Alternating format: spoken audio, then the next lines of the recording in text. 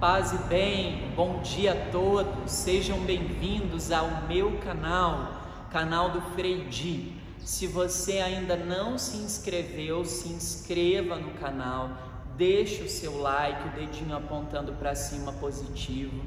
Diga aqui nos comentários o que você gosta, se você gosta, o que pode ser feito, o que eu ainda não falei, que você gostaria que eu falasse.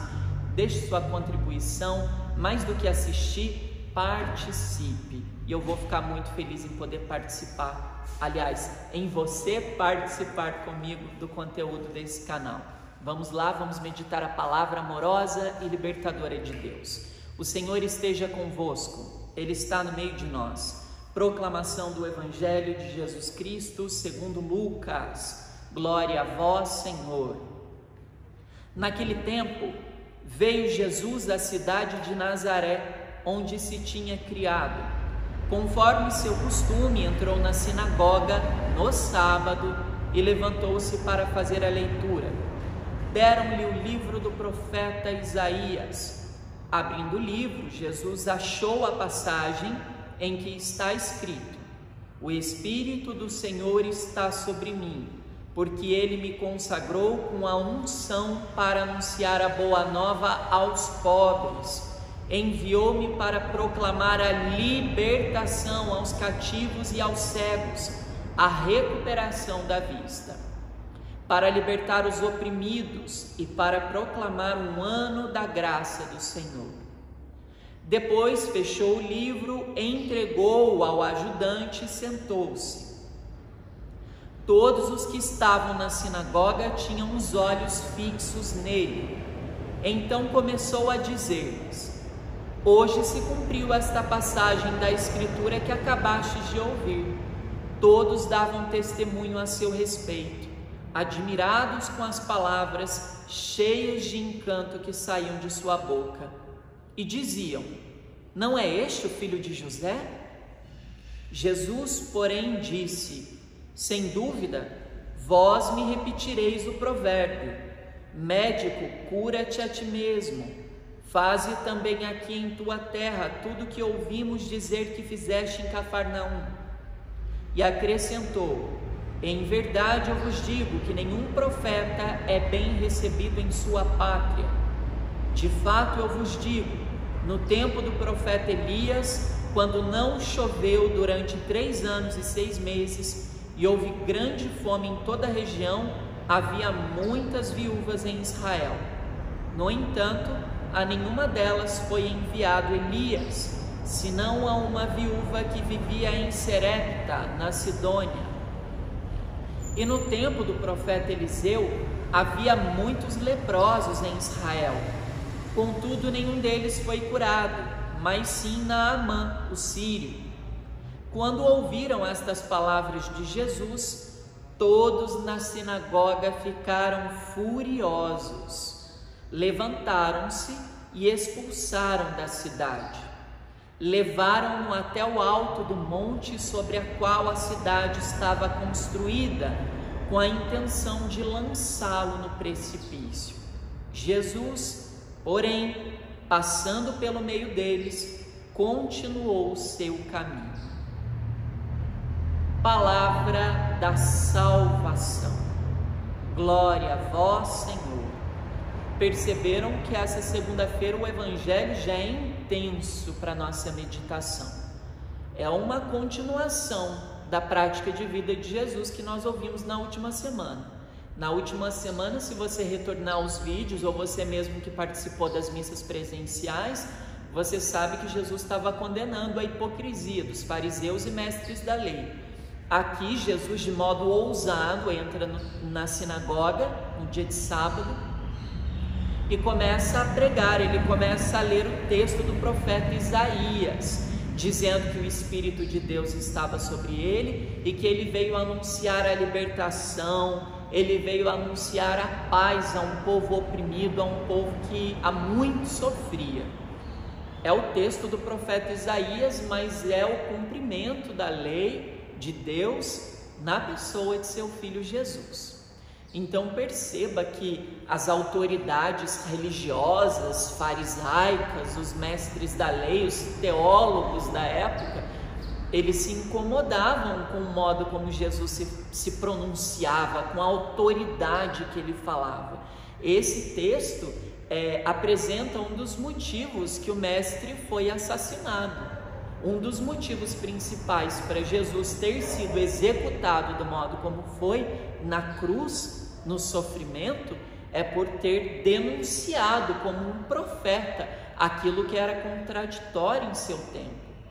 Aquilo que as autoridades religiosas estavam vivendo, não considerando os pequenos da terra, agindo de modo injusto, Jesus estava ali, ele estava desnudando essa realidade. E é claro que quando o opressor se vê desnudado, há um grande incômodo, e aí gera-se um massacre. Na época de Jesus era um massacre de guerra, era um massacre de executar o outro, de eliminar aquele que, como a gente diz hoje em dia nos filmes, na televisão, queima de arquivo. Aqueles que falam demais, que sabem demais, precisam ser eliminados. Jesus é uma pessoa assim. Ele falava demais, ele incomodava as autoridades, justamente por denunciar aquilo que não era honesto, por denunciar aquilo que não era correto.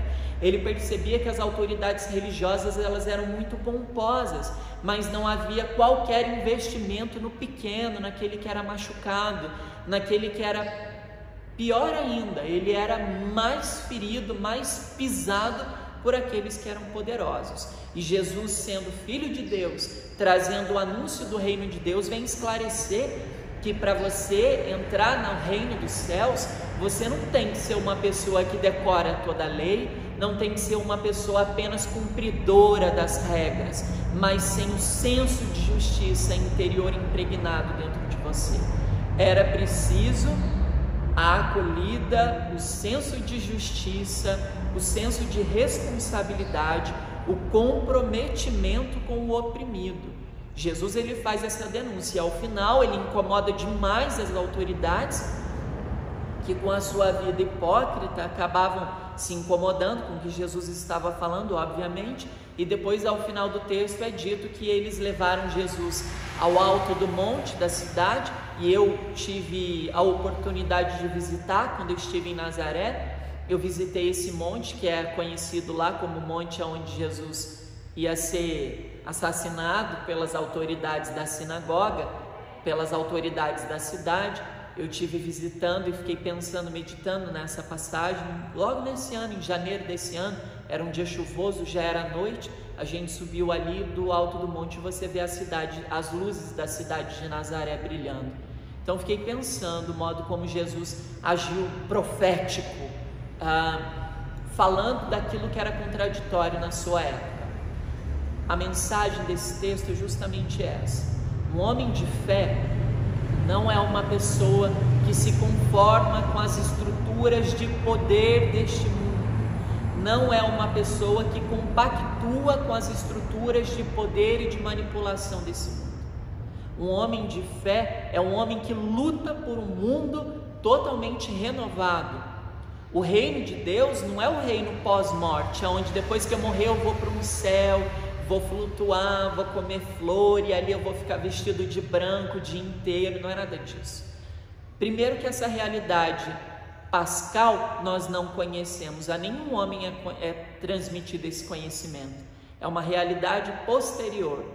O reino dos céus, ele não é o reino paraíso, é aqui, é um mundo de consciência e de justiça, é um mundo de valorização dos pequenos. Então não podemos falar de fé no mundo onde as pessoas são discriminadas, no mundo onde as pessoas são deixadas de lado, no mundo onde as pessoas valem pelo que elas têm, não pelo que elas são, no mundo onde muitas vezes as pessoas são afastadas de lugares religiosos por determinados inúmeros motivos. A realidade espiritual é uma realidade que abrange a todos, que não exclui ninguém. é uma realidade de comprometimento com a dignidade humana, seja aquela pessoa cristã ou não, seja aquela pessoa ateia ou não, seja aquela pessoa o que for, ela é uma pessoa constituída de dignidade divina e humana, e por isso eu devo respeitá-la e ao máximo possível inseri-la nos meus momentos de felicidade, não excluí-la. A palavra de Deus, ela é aquela que inclui, que agrega, que transforma, geradora de vida, não uma palavra que gera sofrimento. A palavra de Deus na nossa boca não pode ser uma espada para ferir e machucar o outro. Se eu uso a Bíblia, se eu uso a palavra de Deus para oprimir alguém, para dizer que aqui na Bíblia está falando de você está muito errado, porque aqui no versículo tal, muitos agem dessa maneira. Isso é uma maneira hipócrita, corrupta. Eu estou usando a palavra de Deus para justificar as minhas atitudes preconceituosas e pequenas.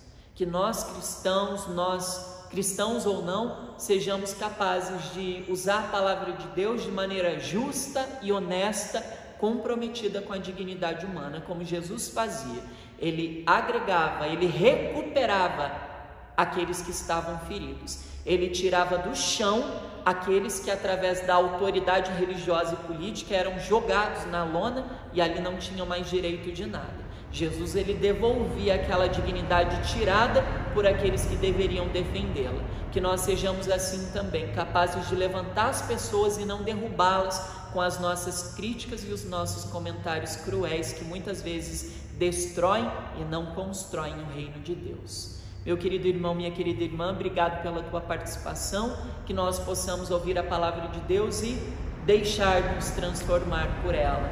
Vamos trocar a nossa roupa velha, dos nossos julgamentos e preconceitos, das nossas hipocrisias e contradições, e nos revestir do senso de justiça que estava tão impregnado na pessoa do Cristo. Uma boa semana, que Deus te abençoe, te proteja, te guarde e nos livre da hipocrisia, de uma pregação sem prática de vida. Obrigado.